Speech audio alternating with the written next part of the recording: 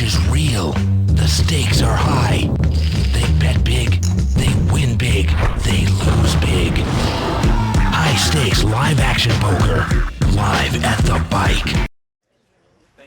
Especially since stud 8 and no limit hold'em cash are so drastically different. I mean, it's still poker. There's still poker theory, but they're just so drastically different.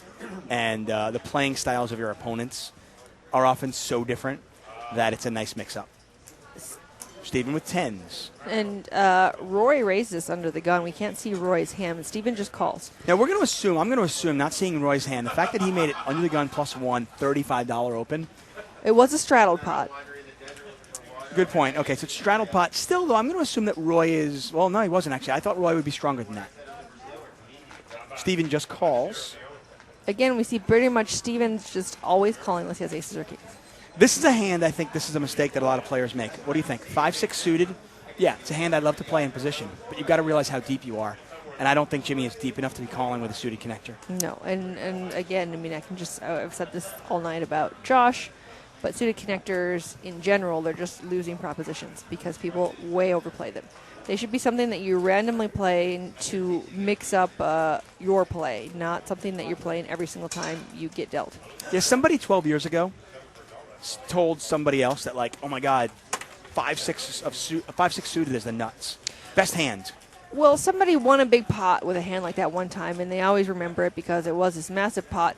Unfortunately, what they don't remember is how much they've called off between then and now with all these suited connectors and lost.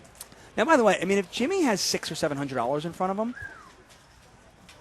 maybe even a little bit more than that, like $800 or $900, I don't mind the call as much. It checks through. Charles hits his ace on the turn.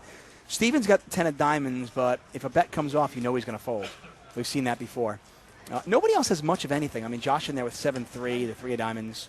But like I said, I mean, I think you have to be really, really deep to call with 5-6 suited for profit. And you also have to be able and willing to win the pot occasionally without the best hand. Yes. Because I don't mind that he's calling this in position and that there are multiple callers in front of him. Those are times that you're going to want to gamble if you're choosing to so play those suited connectors. But the biggest thing is what Tuchman is mentioning is that his stack is just too small to gamble, even though those other two factors are going for him. Charles is now going to raise. So we get a bet of 115, and it looks like a min raise from Charles. Now, this basically is interesting because even with Roy's hand of ace-7 here, so Charles is pretty sure that Roy does not have ace-king. You know, ace-king is going to bet on that flop. With this raise, actually can scare off a better hand, and it might. Yeah, I mean, these kind of small check raises, do you find that that's like either A, it's a bet to find out where you're at? Is it that small? I mean, because he raised 150 more. Well, the bet rate was 115. He made it 150 more. I guess it's a little bit over minimum. I mean, the min raise would be 230. He made it 265. Yeah, I guess you're right. I'm just wondering, have you found that this min raise is indicative of the nuts, or is it indicative of a guy kind of trying to find out where he's at? Yeah, we've talked about this before.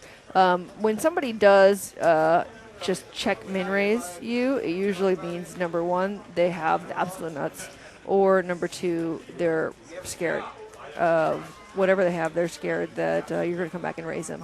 Now, Roy is in position. If you're in Roy's spot, can you call this and fold to a shove on the river? But call this and kind of reevaluate the river based on what your opponent does and obviously what the river is? Yes, and that's usually what I will do because it is true. It's very polarizing, this check min raise. And you can see, look at Roy. I mean, he has the best hand. He has two pair.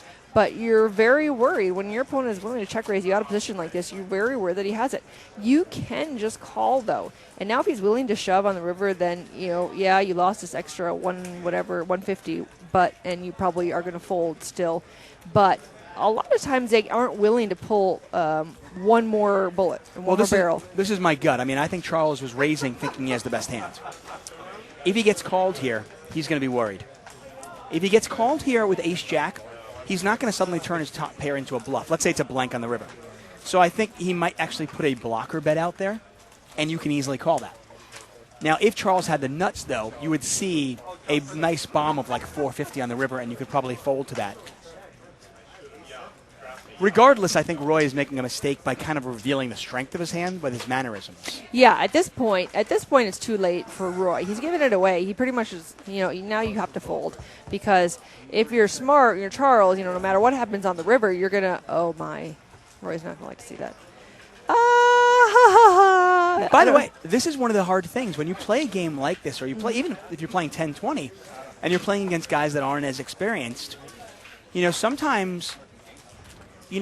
it's not a matter of just, okay, is my opponent bluffing or does my opponent have it? It's also a matter of, is there a chance my opponent is overplaying a hand that's worse than mine?